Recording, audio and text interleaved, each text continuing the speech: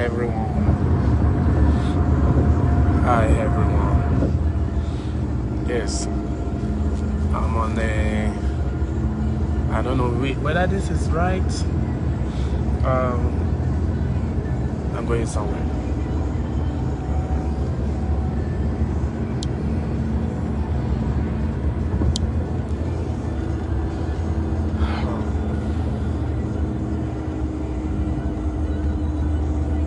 Yeah, somebody said next time I will beat the VIO on the street on roadblock. I will beat them. No, you don't have to beat them. My last discussion on how we should handle the law enforcement when you are approaching roadblocks. Now I do more of going to the YouTube than coming to Facebook right now, because I believe that the YouTube will keep your videos, and then anytime you can go back there and listen to me well. So that's why even this one, after I finish it, I will go and upload it on my YouTube page. So if you want to keep up with me, I will encourage you to subscribe to my YouTube channel. Then I will be dishing out all this information. Now, when I uploaded that discussion on our channel, on our group on WhatsApp, one of my comrades said, then what should I do about the VIO asking for my driver license? If you say it is not right for the police to be asking for my driver license in Nigeria, what about the VIO? So I supposed to reply him individually, but I said, okay, I'll make this a public discussion. I'll discuss about this the next time I'm talking about, if I want to talk about things like this. So today I want to talk about the VIO, Vehicle Inspection Office, or Vehicle Inspection Officer. Now, what do you know about them? My name is Comrade Pradijana Kiwumi Olayemi from Pralag International. We are doing this to encourage, because you just have to know the little bit of law. You just have to know, and I don't want this to be too long. So because I want to cut short, the little I can tell you, just develop more on that. So you all know that Nigeria is in a state of confusion right now, because it seems that those in the helm of affair don't really know what to do to move the country forward. It's either they don't know it, that's why I don't know. It's either they don't know what to do, or they just don't want to do it. And then everything, like fella Nikulapo would say, scatter, everything don't scatter. So it's like people those people in the helms of affair lack the technical know-how to run the office they govern. Now I will explain things to you. The reason why I said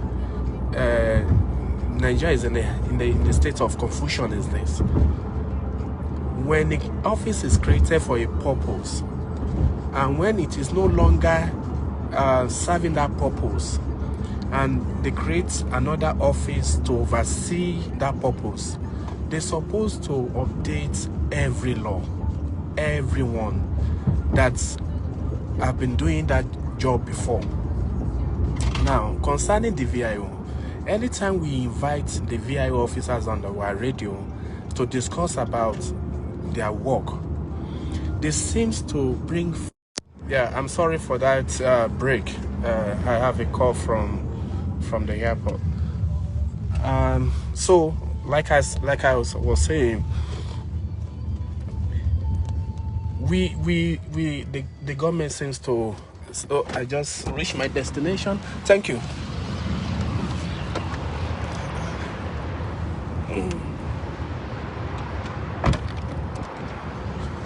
forget my car key. Aha, now I can speak louder. I don't want to disturb my driver. Now, Nigeria is in the state of confusion, like I said. They seems to not to understand how things is run. It is very unfortunate that they put us into problem by doing this. I don't understand why it is so difficult for Nigeria to know that, okay, this is how things should run. And then when we create a law and create an office 100 years ago, 60 years ago, when that office is no longer the responsibility they give to that particular department or service is no longer relevant. If they have enacted another department, they're supposed to update the one we were having before. So like I was saying before that break, I said, whenever we invite or whenever they invite or whenever somebody was talking about the VIO or any relevant agency, they seem to give the public wrong information about their work. They seem to always attribute all positive, whether they want they have it or they don't have it, to themselves. The responsibility, the glory of other agencies or what they had before, they will still attribute everything to themselves. That is what sometimes baffles me. And then nobody is doing anything to it. That is why every agency is on the street, inflicting pace on drivers. So that someone called me, he said, I saw your last message concerning approaching the roadblock. And you said that the police only have to ask you your ID. So that means it is not even much necessary for the police in Nigeria to ask you of a driver license, whether it is expired or not. All they want to know is whether the vehicle is yours or not. That is why they will ask you a question before they even ask you a question. Is this your vehicle? If you say no, then whose vehicle is this? If you say, oh, my dad, can you call your dad? What is the name of your dad? But if you say yours, and then you bring out your papers, and it is not in your name, because they will say, okay, give me your ID. Then when they have your ID, and they compare the ID with the driver with the papers, your name is not there. They now say, okay, why is like this? Then you start mentioning, telling stories that, oh, I bought it, but I've not changed the name. Then they will say, no, we don't buy this. Where did you buy it from? Who bought it from? Who did you buy it from? Okay, can we speak to that person? Okay, this vehicle is going to a police station. Then the person will have to come and clear you that, yes, I sold the vehicle to you. Then when that person called me, he said, I'm going to be the VIO for... And I took my time to explain to him that, no, the VIO don't need to give you a ticket. Fine. They don't have that power anymore. That was maybe before 1930. No, that was in 1949. So let me round up this. Now, the VIO, let's go straight to the point. The issue of giving out testing the drivers, issuing out driver license, checking vehicles was primarily under the Ministry of Finance. Before that was before 1939 in Nigeria. That was when the colonial masters are still relevant in Nigeria. Then eventually, before 1940, it was later given to the Inspector General of Police under their Department of Traffic. After then, in 1949, they set up mechanical department under the Ministry of Works. Mechanical department under the Ministry of Work. Then in 1963, in 1963, they set it up under the Ministry of Works. And then they set up enacted a law, Cap 118. Now, they were there until now. That Ministry of Works was taken out from the police. Then till now, the police still maintain a traffic department, even they don't know that they've carved these people out. Then when the road safety comes, then the story change. Now, what is the work of the VIO? The work of the VIO is to train the drivers. If you want to take your driver license, they train you, they certify you. They certify all the driving schools in the states. Then they text and inspect accidents vehicle to ascertain what actually happened.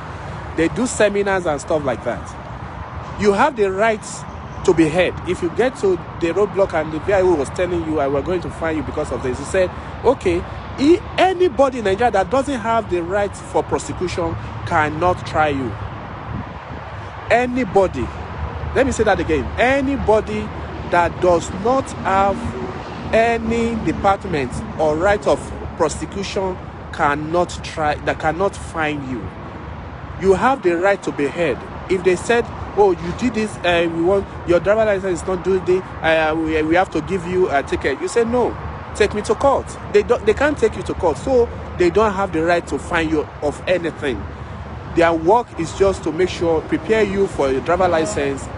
When accidents happen, they go there and diagnose the vehicle, why and how it got an accident, and seminars and stuff like that. That's what they do, unless there is a mobile court on the street.